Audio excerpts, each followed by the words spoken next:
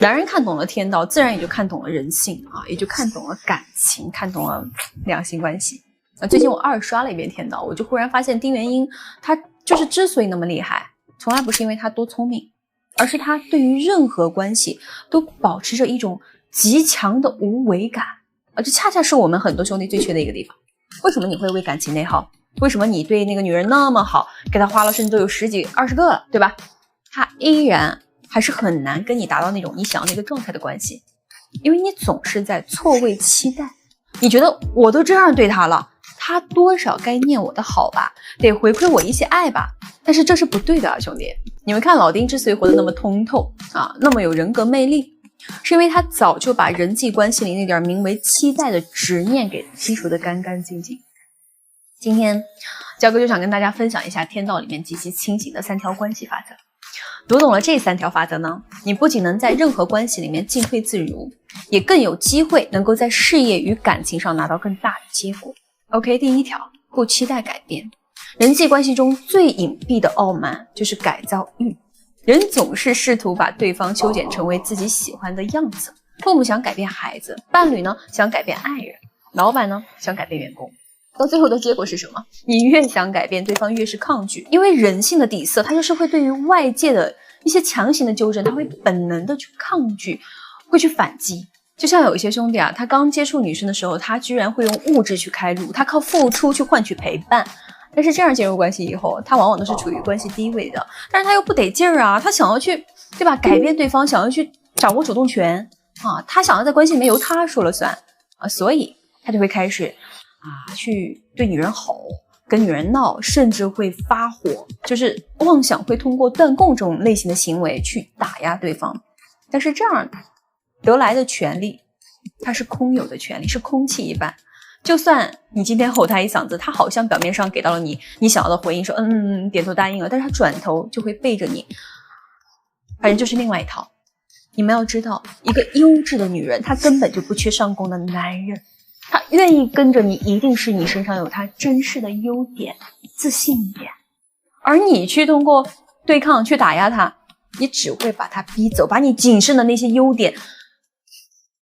反正就是让人下头减零了。所以兄弟们，你们可以学一学天道里面的丁元英，他从不试图去改变芮小丹，他知道芮小丹的信仰与选择，所以他从不干涉他的人生，哪怕最后芮小丹的决定，对吧，就是决定执行那个任务的时候是极其危险的，当然老丁也没有用什么我是为你好的这种名义去阻止他。所以永远不要试图去改变一个女人，你可以跟她说，我希望你明白，你我都是独立且自由的，我尊重你的选择，但我也有我的底线。想清楚了你就去做吧，把话点到为止就可以了。真正的优质舒服的关系一定是带着一种边界感的我不会去改造你，我也不会为了迎合你而失去自己。真正的主导从来都不是把对方捏成你想要的形状，而是你有底气允许他做自己，更有能力在他做自己的时候依然让他心甘情愿地走向你。 OK， 第2条就是不期待回报为什么很多关系走到最后只剩下一地鸡毛？因为放不下回馈感。很多人所谓的付出本质上呢，就是一种情感勒索。我今天送你一束花，你明天就得陪我吃个饭，我给你买个包，你就得回我一个吻。一旦得不到对等的回馈，不按照自己的剧本去发展，内心就会生出怨怼。这种暗示中标好价码的付出最消耗感情。你们可以看一看丁元英是怎么做的。他哥们儿韩楚风，他老婆遇到难处了，对吧，需要抵押借款，老丁二话不说拿出自己可以说是所有的积蓄去帮忙。事情办完之后呢，他绝口不提这个事儿，就当这事儿没发生过。因为他清楚老韩这个兄弟的为人，他是愿意去帮的，这是他心甘情愿的事儿，是他的一个修行。至于别人会不会还这个人情，那是他人的因果当然了，我不是指做什么事情都要不求回报太偏激了成慈善家了，而是说当你把得失心看轻一些的时候，你付出的是因为你乐意，对吧是你高兴而付出的，而不是为了去获得什么回报，那你就不会那么累了，你整个人也会由内而外的生出一种潇洒的格局。这种状态它会更加的吸引女人，也会更加的容易赢得所有人的尊重。就比如说我们做生意的这群兄弟呢，平时你们可能都要维护客户，啊。那节假日呢，多少要给客户寄点什么水果呀、特产啊之类的，对吧？那平时包括请吃一顿饭啊，也是可以的啊，都很正常。也不是说客户吃了这顿饭，收了你的一箱水果，他就必须要在你这儿下单，就必须要怎么样给你回馈，对不对？只是说我作为你的一个合作伙伴，我愿意把我的好的给到你，这是我该做的。至于你到底要不要在我这儿继续买，还是说你要去别人那儿，那是你自己的自愿，对吧？那如果说人家明天该要下单时间了，你今天才去嘘寒问暖，那就显得太虚伪了，目的性太强了。那这种目的性太强的话，甭管是客户还是说你接触的女生啊，他们都是能感受得到的。人都不傻的，他们只会觉得你这个人啊，格局不够大，不够真心，不值得深交。所以说你给女生花钱送礼物，你不要说什么宝贝，这是你之前提过的那款项链，你之前喜欢的那个包啊，我看你喜欢，你喜欢是吗？你要是这么去讲，那你把自己的位置放得有点太低了啊。还有一个呢，就是你是在祈求对方给你正反馈，你是在期待他，暗示他能够加倍的回报你，对不对？这样不仅会把感情面面的从真心变成算账，而且你作为男人的格局与魅力也会随之消散。你其实可以直接告诉女生说，给你花钱也好，买包也好，我从没想过以此去换取什么，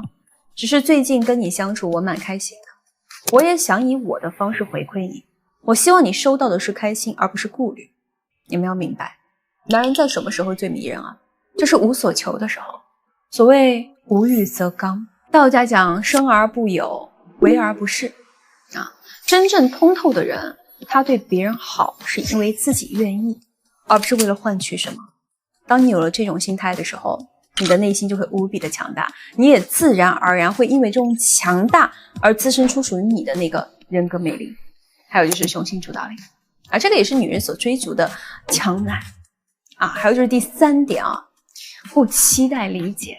男人最容易掉进一个陷阱，就是渴望被所有人理解，或者说渴望被自己在意的人理解。是小孩的时候呢，渴望被父母理解；当丈夫的时候呢，渴望被妻子理解；当老板的时候，渴望被下属理解。我们总是下意识的把自己的价值建立在他人的认可之上。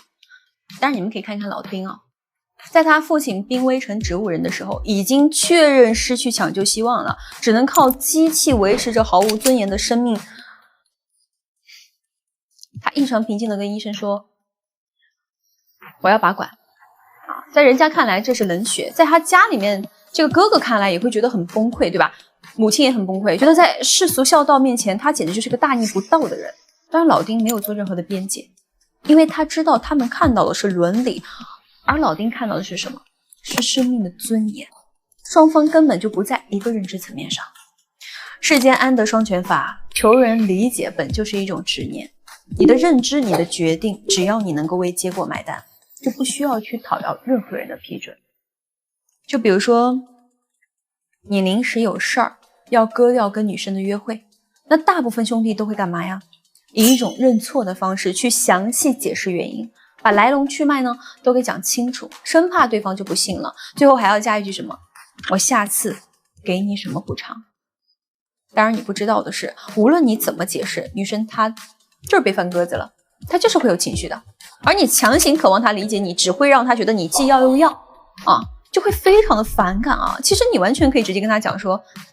我今天临时有个工作上就是有事要处理，我重新定了后天的位置啊，到时候咱们再见啊。你只需要简单的带一下原因，重点是给出对方一个解决方案啊，告诉他你后续的安排，然后带领他去执行 ，OK 完事儿，对吧？如果你觉得这个人很重要，你可以再顺带一句，我到时候给你准备一个礼物。那当你在关系里做决策的时候，你就可以参考什么解决方案加带领执行。那这种模式呢，其实就是男人的主导力了。女人是会非常享受那种只需要跟着走的感觉。所以说到底，人生这条路啊，漫长且孤独。当你足够的强，能够替身边的人遮风挡雨的时候，能够做到树立边界又放任自由的时候，那你想要守护的人也会永远的追随你。最后焦哥必须要告诉你们，弱者才会困于什么情绪里面，强者都是利用人性主导关系的。我是焦哥，下期见。